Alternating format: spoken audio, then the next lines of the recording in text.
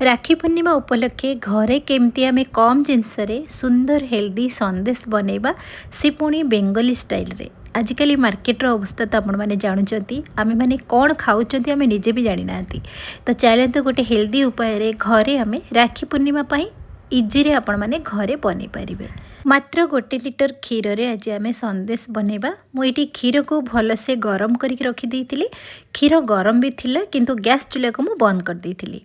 तो एबे आमे भिनेगार सहित पानी मिक्स करके मुझे अल्प अल्प क्षीर देली। एठी देखो धीरे धीरे आमर छेना छिंडा स्टार्ट हो गला। छेना को बेसी समय रखिबेनी कहीं छेना पनीर बनी जीवो जो कि टाण हो सेतिपई छेना जेमिति छिंडी आसीबो आमे कोन करबा ना संगे संगे आमे छेना को छांकी नबा। जेते बेले भी आपण छेना बनेबे क्षीर को भल से फुटई सल्ला परे गैस को बंद कर देबे। सेई गरम गरम क्षीर रे आपण भिनेगार हो किंबा लेंबू रस हो आपण देकी छेना छिंडेबे संगे संगे छेना को छांकी नेबे जेमिति कि छेना कौलिया छेना है कि बाहरिबो।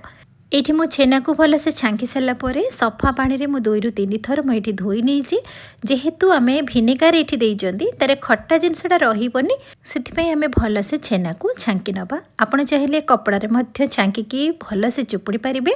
तो मु एमती स्टेनर रे भल से छेना को छांकी नहीं एबे आमे छेना को गोटे ब्लेंडिंग जार रे दे दबा। स्वाद अनुसार एथिरे मु अल्प चीनी देइची। चीनी आपण को ऊपर डिपेंड करे केते मीठा रखिबे। ता सहित 2 चम्मच मिल्क पाउडर अल्प गुजराती मंजी को मुझे सब जिनस को भल से ये देखो बढ़िया से पेस्ट भली मुझे ग्राइंडिंग कर आनी। छेना पानी को आप जमा फोपाड़े छेना पानी रखिए से अटा चकटी पारे कि तरकारी बन पारे। तो ये चलतु आम संदेश बनवाई गैस चूल्हे गोटे मोटा कढ़ईटे ने जमा पतला वाला कढ़ई ने मोटा वाला कढ़ईटे ने मुझे नॉनस्टिक वाला कढ़ईटे नहीं। तो कढ़ई गरम है से आम छेनार पेस्ट को ये देदबा। तापर धीरे धीरे ताको भल से मिसेकी आमे गरम करवा। आ गैस रे चूल्हा को पूरा स्लो करेंगे।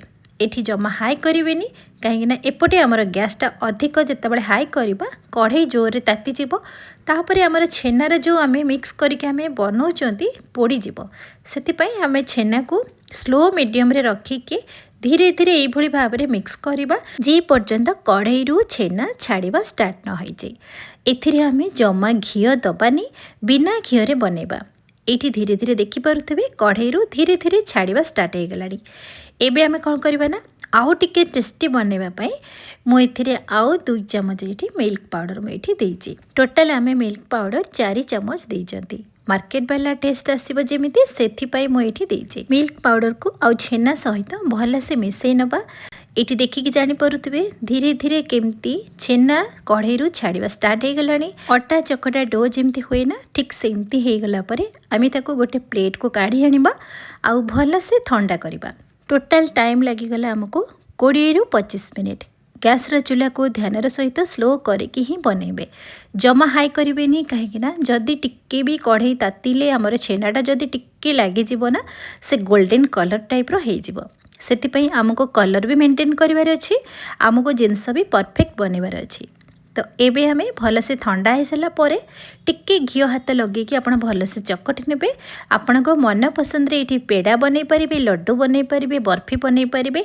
तो मु एठी बेंगली स्टाइल रे जेमिति ओडिया रे चारी तो सेई सेप रे मु एठी बनैछि। तो आपण माने निश्चित भाव रे एभली भाव रे थरे बनांतु। कम समय भितर घरे कम जिनस रे आउ हेल्दी उपाय रे संदेश बनिक रेडी हो जिवो। आउ एई संदेश आपण 8 दिन पर्यंत फ्रिज रे रखंतु पूरा नरम होइके रहिबो जमा भी टाण हबनी पाटी रे पड़िला माने मिलै जिवो। आपण माने थरे निश्चित भाव रे ट्राई करंतु। मार्केट रे तो जहाँ अवस्था हेलानी आपण माने न्यूज़ देखुथिबे जानुथिबे आमे माने केते परसेंट आमे प्योर खाउचंती आउ भेजाल खाउचंती सेटा हमको भी जणा नाही। तो सेथिपई घरे आमे इजी रे बनै परिबा जमा भी कष्ट नाही। घरे जेकोसी फेस्टिवल हो किंबा जेकोसी पर्वपर्वाणी निश्चित भाव में घरे आमे इजी रे बनै परिबा। एई संदेश मु बनैछि एते नरम हेछि आपण माने एठी देखिकी जानि परुथिबे बहुत नरम हेछि पाटी रे पड़िला माने मिलै जिवो। मार्केट रे जो आमे आनंती बहुत टाण थाए गोटे दिन कि 2 दिन भितर खराब भी हो जाए। तो आपण मैंने 8 दिन रखु फ्रिज रे जमा भी खराब हेनी आउ टाण भी हेनी। यही भाव में इजी रे आपण मैंने बनै पारिबे। आगक राखी पूर्णिमा आसूची निश्चित भाव में घरे ट्राए करूँ समस्त को खुआतु एंजॉय करूँ। आज रेसिपी जदि पसंद आसला बिंदु रोसई चैनल को सब्सक्राइब करने सहित लाइक शेयर कमेंट करेंगे। फेसबुक पेज रे देखुथिले फॉलो करेंगे। पुणी नहीं आसबि नुआ रेसिपी सहित से पर्यंत रहुछि। नमस्कार।